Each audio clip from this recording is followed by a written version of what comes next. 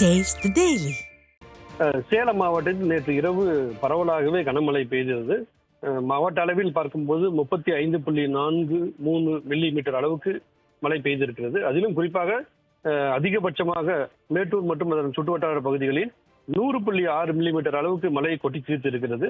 இந்த மழையின் காரணமாக மேட்டூர் மற்றும் அங்க சுற்றுவட்டார பகுதிகளில் சாலையில் மழைநீர் வெள்ளம் போல பெருக்கெடுத்து ஓடியிருக்கிறது. அது மட்டுமல்ல, மேட்டூர் நகரை சுற்றியுள்ள கிராம பகுதிகளில் பரவலாக பெய்த கனமழையின் காரணமாக அங்குள்ள விளைநிலங்களிலும் தண்ணீர் சூழ்ந்து பயிர் சேதமடைந்துள்ளன.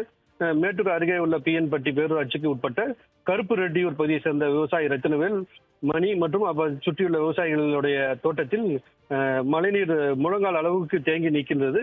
இதன் காரணமாக அங்கு பயிர் செய்யப்பட்டுள்ள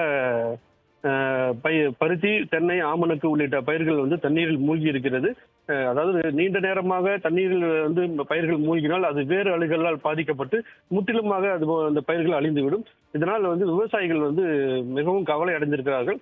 அது மட்டுமல்ல, மானாவாரி விவசாயத்தை மேற்கொண்டு வரும் இந்த விவசாயிகளுக்கு இதுபோன்ற அந்த பேரிடர் காலங்களில் ஏற்படும் இழப்புகளை ஈடுகட்ட அரசு உரிய நிவாரணம் வழங்க வேண்டும் என்று கோரிக்கை விடுக்கப்பட்டது. அது மட்டுமல்ல, இந்த இழப்பீடானது உரிய முறையில் உடனடியாக கணக்கீடு செய்யப்பட்டு நிவாரணத்தையும் உடனடியாக வழங்கினால் இந்த விவசாயிகள் அடுத்த சாகுபடிக்கு தங்களை முழுமையாக தயார்படுத்திக் கொள்வார்கள்.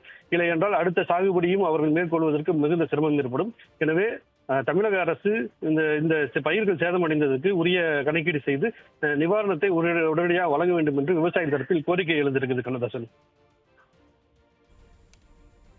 விவரங்களை வழங்கியமைக்கு நன்றி மதியழகன்.